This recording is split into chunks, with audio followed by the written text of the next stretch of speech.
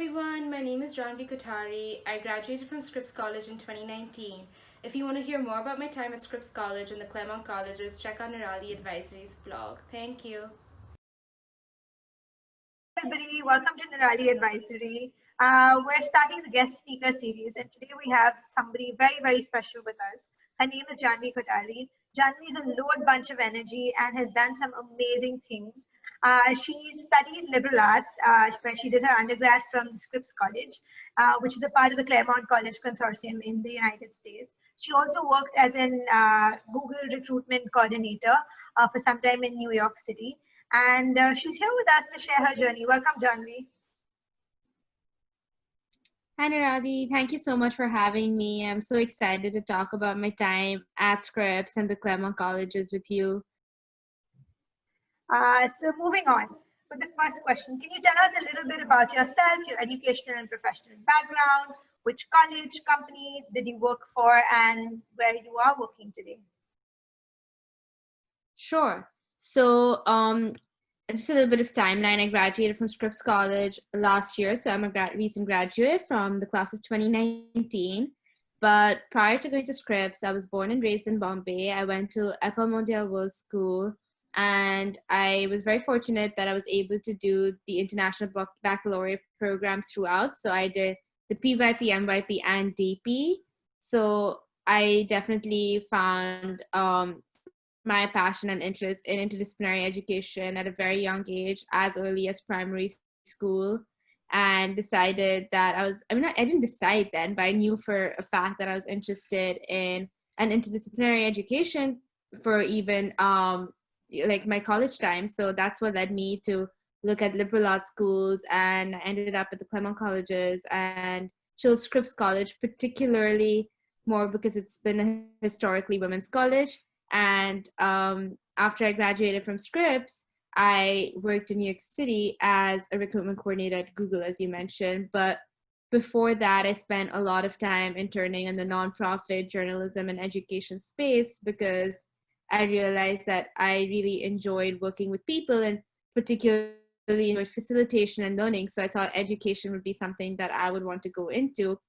And while I still remain very passionate about education, what I learned from my internship opportunities, as much as I loved them, was that I am not, I don't have the energy to teach children, and have so much respect for my teachers now, Right.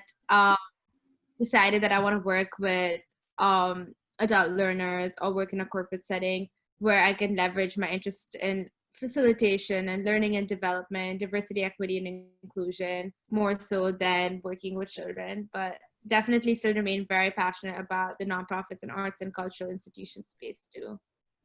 That is so interesting. Thank you so much.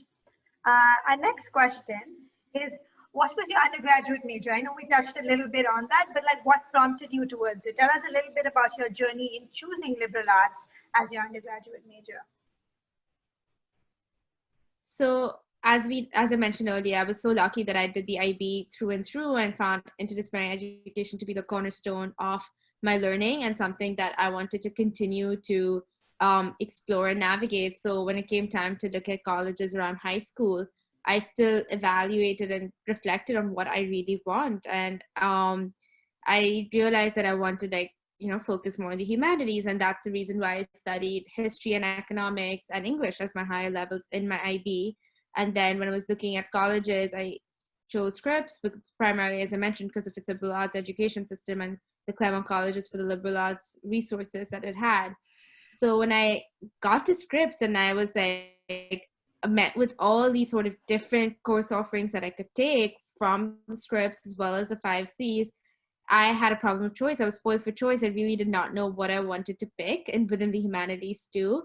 But what I was very fortunate about is that usually liberal arts schools make you take courses across a breadth of requirements for your first 2 years, and you have 2 years to pick your major. So I took classes in the breadth of requirements during the time, but I noticed a lot of my interest was gearing me towards philosophy and like just generally the broad-based humanities. And I am very interested and excited and passionate about philosophy, but the reason why I didn't pick philosophy as my major and picked a more interdisciplinary focus, which was called the Humanities Interdisciplinary Studies in Culture major, alongside a dual major with religious studies was more so because I was able to explore different humanities subjects. And with philosophy, what tends to happen is sometimes you're fed philosophy through a big Western lens. And I noticed that I was very passionate about Eastern philosophies, which are typically rooted in religion. So that's the reason why I picked religious studies. And both my majors, I focused regionally on South Asia, though I did take classes outside of the region. And through the breadth of requirements, I felt like I was making an informed choice. I didn't limit myself in any way. And I was able to sort of channelize all my diverse interests. And another thing that I sort of recognized while I was at Scripps is that I loved French when I was in high school. I started learning it in ninth grade and did that for MYPI, GCSE, and the IB. And then I took sort of a break because we have a foreign language requirement at college, but because of my IB background, I placed out of it. So I thought, oh, I don't want to learn, I'm going to take classes and all these other things that I'm interested in, maybe not take French anymore or learn a new language. But then I realized that I missed learning languages and I missed French and I wanted to study abroad. And usually when we study abroad, like a lot of offerings depend on countries where you are able to speak in the language or want to learn in the language. So it's like a language and cultural immersion. So at that point, I was like, well, I've already learned French. It doesn't make sense to learn a new language right now. Right. Because I mean, it's never too late to learn a new language. Don't get me wrong. But at the same time, I feel like it would be nice to see what I can do with my French and just take a class in it again. And then I went back to it and I started off again, after all those years in advanced French. I skipped the basic intermediate levels. I was a little nervous about it initially, but I was like, no, I feel right about it. And I realized how much I love the language and I fell in love with the language and literature all over again and saw it's linked to history and philosophy and art. And I just saw so many connections with all my other classes that my French professor Scripps really encouraged me to study abroad in Paris for my junior year fall. And I ended up studying abroad in France and also minoring in French while I was there.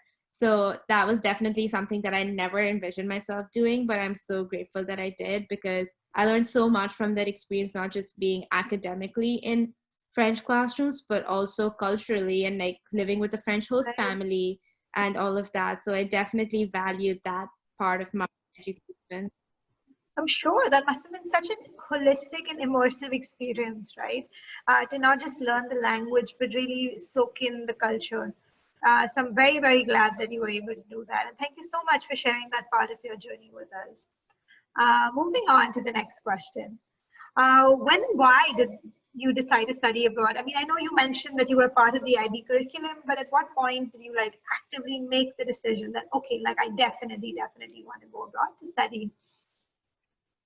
I think it was more after my 10th grade of school. So I think in 10th grade, just right before I began the diploma program and, started thinking about colleges, that's when I sort of realized that, no, I definitely want to go abroad and specifically narrow down my search process to looking at liberal arts colleges for the most part, or colleges that sort of uphold the ideas of Interdisciplinary education. Yeah. Got it. Yeah. So that's what that was the starting point of my journey. Got it. Did you receive a scholarship, and do you recommend any good organization, institutions that provide scholarship or some kind of financial aid while you plan to go abroad to study, or once you're there and you realize that, okay, here these are the opportunities available, and I think it would be great to tap into those? I did not receive a scholarship, but at the same time, I am aware that Scripps does offer aid to international students. So that might be something to explore. And as far as institutions and organizations that offer financial aid, I'm not super helpful in that area, but I do know once you get to Scripps, you have the opportunity to partake in on-campus jobs and get paid for that, obviously. And then at the same time, for me, since I was interested in the education space, nonprofit space, and arts and cultural spaces prior to my full-time job at Google, I realized that it is, more likely or not, most of these smaller spaces don't typically pay you for your internships. It's usually unpaid internships or unpaid internships that are only 15, 16 hours a week as per American labor laws. Right. But fortunately, thanks to grants that I received through Scripps and Oh, internship wow. grants, I was able to give like my full 1 week to these internships and also cover my cost of living and expenses during my summers when I spent all of my college summers, or most of my, I think 3 of my college summers in New York City, which is a really expensive city. So Right. I was able to fend for myself while I was there with the help of the Scripps internship grant as well. That's And also amazing. complete the full one, yeah, because usually if you don't have like if the company isn't able to pay you or is not offering you sort of like grant or something, you aren't able to work for more than 16 hours legally. So that's another thing to consider. So I was like, well, if I'm going all the way there and I'm committing to spending my time at this one place, I want to be able to work for more than 16 hours. Absolutely. This is Absolutely. definitely super. No, that's definitely insightful and something that I also end up telling a lot of my clients that sometimes don't just be very hung up on scholarships. There are lots of other opportunities to access funds and to support yourself there. So I'm really glad that you were able to touch on some of those points. Thank you so much. And in terms Sorry. of like, sorry, sorry to cut you off. Another thing to know is that like a lot of colleges have different resources. So even during college, if you decide you want to do the GRE or the GRE or conduct research or receive fellowships and grants, there are definitely, as you mentioned, many outlets to apply for funding. So you that's covered. You can yeah, so those are definitely resources that you should research for the college that you're going to. Got it. Thank you so much. So, Janvi, why did you choose this particular college, university for your studies abroad? What was the process you went through while choosing this university or college? I know you've touched upon some parts of it, but like what made you really narrow down on Scripps and Circle in on that? Of course, so as I mentioned, I was only focusing my search primarily on liberal arts colleges. I did apply to certain medium-sized institutions which had like the values and culture for liberal arts experience. But that being said, I was very intentional about focusing my search, and I was very excited about historically women's colleges because several of the top liberal arts colleges in the country are actually historically women's colleges. So I applied to 5 out of the 15 colleges I applied to. So strong 1/3 chance that I was ending up at a historically women's college. But I think one of the main reasons I chose Scripps, as I mentioned, obviously number one being that it is a historically women's college, but number two being that it was part of the Claremont Consortium.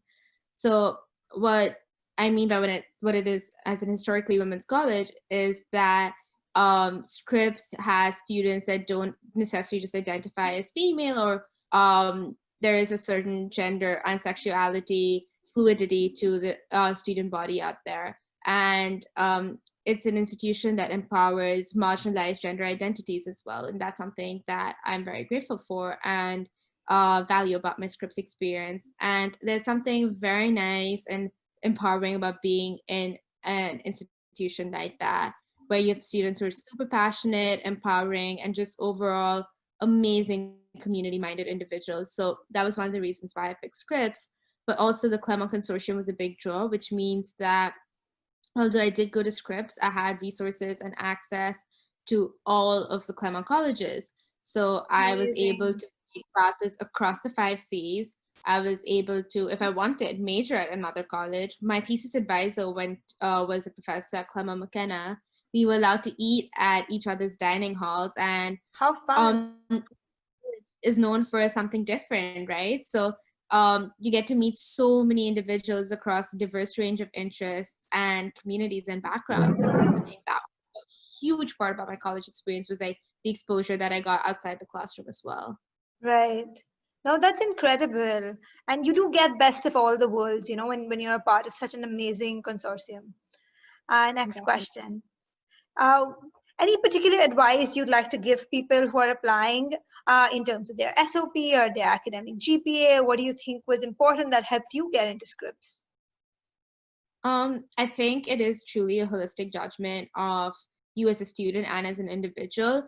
I wouldn't necessarily have any particular advice for the Common App essay and the supplementary essays that you have to write for Scripts, other than, very cliched advice, but it's very true. Like, be yourself, like, talk about what excites you, talk about your interests, and if you don't know something, be honest about it, show that you're excited to learn, and know that, it's very important to know the values of any college that you're applying to, and this is no different for Scripps or the 5Cs. So really research the institution and see whether your values align, and yeah, and just, be yourself, and I'm sure like you'll be fine. And definitely keep in mind the Scripps is testing optional now, so you don't necessarily have to report your SAT or ACT grades as well. And it's just going to be a mix of your extracurriculars, your academic, like your transcript, your high school transcript, and also your resume and the college essays. That's And amazing. Sorry, yeah. I lost you in the last part. Oh, I just said letters of recommendation because I Ah, realized I forgot that. But right. yeah, it's just a very holistic judgment. Got it. Next question. Were you satisfied with your choice of university? What is it that you loved and what is it that you didn't like as much? I think my favorite part was that it was a historically women's college because it lent itself to amazing community building. I met some of the most fantastic people at Scripps, super empowering, super kind-hearted, and taught me to grow in ways that I'd never expected. And I think I found myself in a very nurturing space at the end of the day. And That's so also when you're important in in those historically years, women's, right?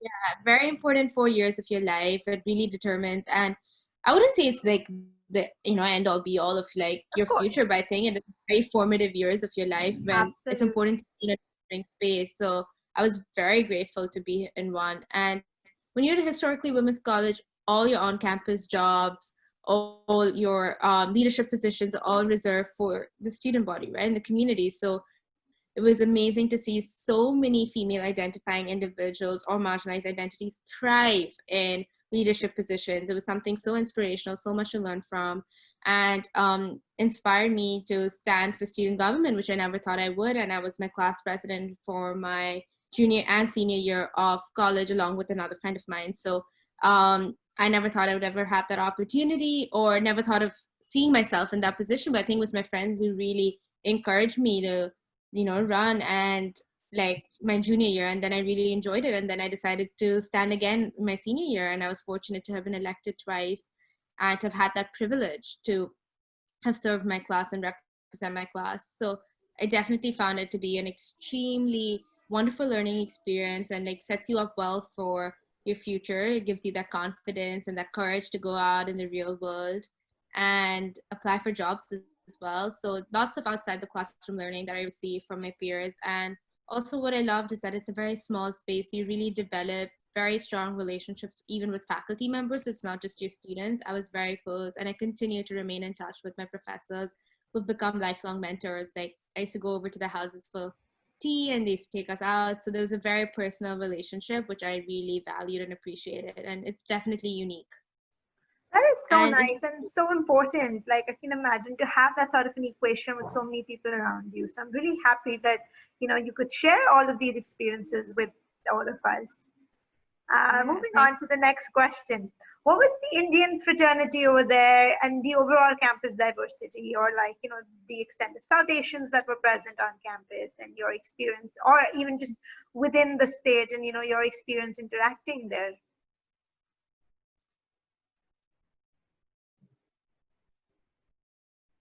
I um I definitely noticed an uptick in the number of Indian students at the 5Cs during my 4 years. Definitely increased from when I had first begun. But that being said, there's definitely South Asian Students Association across the 5Cs, and that includes members of students who come from South Asian countries, so international South Asian students, and as well as South Asian American students. So it's a mix of both. And I found it to be an extremely supportive and fun community. I was able to, along with my friends who I met through the community out there, we used to put up this show called Sanskriti, which is like a dance show. And we used to just like have fun celebrating our culture on stage, and have other friends, South Asian or not, join us if they wanted. And we delivered the largest run student body production of the Claremont colleges every single year. And that was such a fantastic bonding opportunity and community building experience for all of us, and definitely brought us closer. So there's definitely a sense of a South Asian community on campus. That's amazing. Thank you. Moving on to the next question. I think you've spoken a little bit about this, but just a little bit about, the faculty and the resources and the academic side of things. As I mentioned, the equation that I had with my faculty members and continue to share is something that I truly cherish and value. And in terms of resources, as I said, there's so much flexibility and mentorship that you can get if you want to sort of explore something new or like a major lesser traveled. There's definitely a way to speak to people to see if it's possible to petition for that. There's always room for creativity and collaboration. And as I mentioned, you have resources of all 5Cs. So it's really important to take, make the most of that opportunity and, go to talks at different colleges and take classes at Scripps, as well as like being able to take classes across the 5Cs and also being part of like all the clubs and the organizations, like I mentioned, like the South Asian Students Association. Most other community building associations have like an college sort of aspect to it. So you're definitely meeting people from all sides. So just very important to know what the resources are and then make the most of it. And there were so many to even like name and encounter here and list here. Got it. Thank you so much. Moving on to the next question. I think we've covered some of these. How would you compare to the Indian education system? How would you compare the education that you received for your undergrad abroad to the Indian education system? What did you think were the major gaps? Were there any stress points, and how did you cope? To be very honest and transparent, I am not very well aware about the Indian undergraduate system, so I don't know if I'm able to draw accurate comparisons or judge in this case. But I can say that, like, as I mentioned, like what I value the most about my college experience was the people that I met, and being able to meet people from all walks of life and different cultural backgrounds, racial and ethnic backgrounds, as well as be in a space that really empowered marginalized identities. I think that was definitely very unique and something that you would get in terms of diversity abroad. So that's really the only like stark difference that I can think of on top of my head, and I also feel comfortable speaking to. Got it. Moving on to the next question. What did you think were the career opportunities available on campus, and how did you on and as well as off campus, and how did you manage to grab them? So on campus, there are a range of places that you can apply to. There's several offices like the Dean of Students, the Office of the President, and all of them that are looking for office assistants. So definitely opportunities to work there. Lots of students tutored on campus. I, for example, would tutor French, and I tutored French one-on-one to students who needed help, and beginners to intermediate level French, and then also was a French language consultant, which meant that I had drop-in hours for a few hours every week to engage students who were starting their journey with French, speaking to them in French, facilitating discussions with them, reviewing concepts with them. So definitely a very popular on-campus job would be tutoring. There's several, and one of the most, I think a lot of my friends worked at our on-campus coffee shop called the Motley, which was my favorite place on campus. And they said that was a wonderful community building and very nice and fun social job. So definitely opportunities to work on campus and make a little bit of money while you're there. In terms of career opportunities, I was intentional about setting up regular meetings with the career services team and getting their guidance in my job search and my internship searches. I learned how to navigate speaking and connecting with alums through LinkedIn and our Scripps portal as well that we used to have for the that we have for the alumni network. And I reached out to several alums during my 4 years, especially towards my junior year and senior year of college. And in fact, I got to one of my summer internships after like getting guidance and help from one of the Scripps alum. I got my job as a recruiting coordinator, contract recruiting coordinator through another Scripps alumna as well, who informed me about the position and referred me. So there's a big sense of affinity towards helping fellow Scripps students. So it's important to reach out, and I'm grateful that the Career Center encouraged that and taught me how to navigate that, because it can definitely feel very nerve-wracking and intimidating in the beginning to like, do all these like cold calls and all of that. So Right. they really prepared Yes. me. Absolutely. Thank you so much, Janvi, for taking the time. I mean, it was a pleasure for all of us here to have you and to interview you. I'm sure for everybody who's watching, this has been such an enriching experience. They're all very, very excited to start their career abroad journeys as well. And I think you just sharing some of your tips and, advice and experiences has definitely created a very good positive vibe around the whole experience. Thank you so much once again, and we look forward to connecting more with you in the future. Of course, thank you so much. It was wonderful speaking with you. Thank you for thinking of me as well.